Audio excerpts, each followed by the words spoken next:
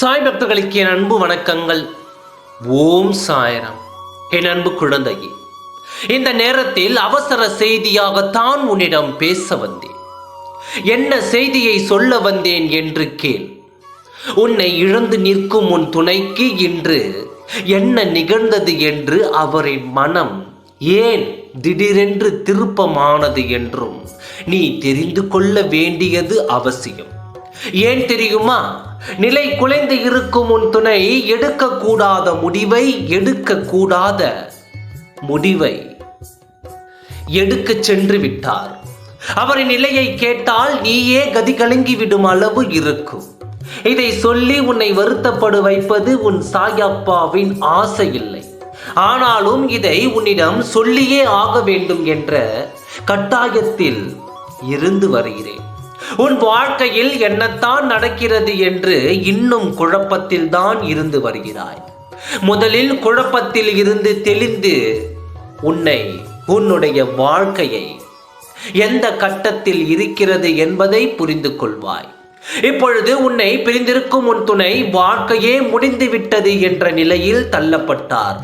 இந்த வாழ்க்கையில் எனக்கு நிம்மதி இல்லை, கிடைத்த வாழ்க்கையை தொலைத்து விட்டிருக்கிறேன் என்று மனமுடைந்து இருக்கிறார்.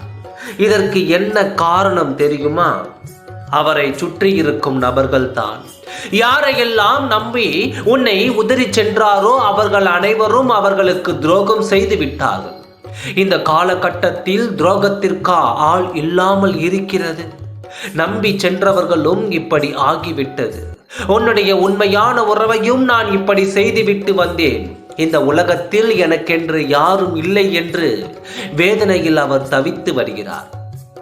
இந்த நிலையில்தான் எடுக்கக்கூடாத முடிவை எடுக்க போய்விட்டார். அந்த நேரத்தில் தடுத்து நிறுத்தியது உன் சாயப்பா தான். மனம் திருந்தும் யாராக இருந்தாலும் அவர்களுக்கு மன்னிப்பு கொடுத்துதான் தர்மம். அந்த தர்மத்தின்படி தான் உன் துணைக்கு நான் மன்னிப்பு கொடுத்து விட்டு வந்துள்ளேன்.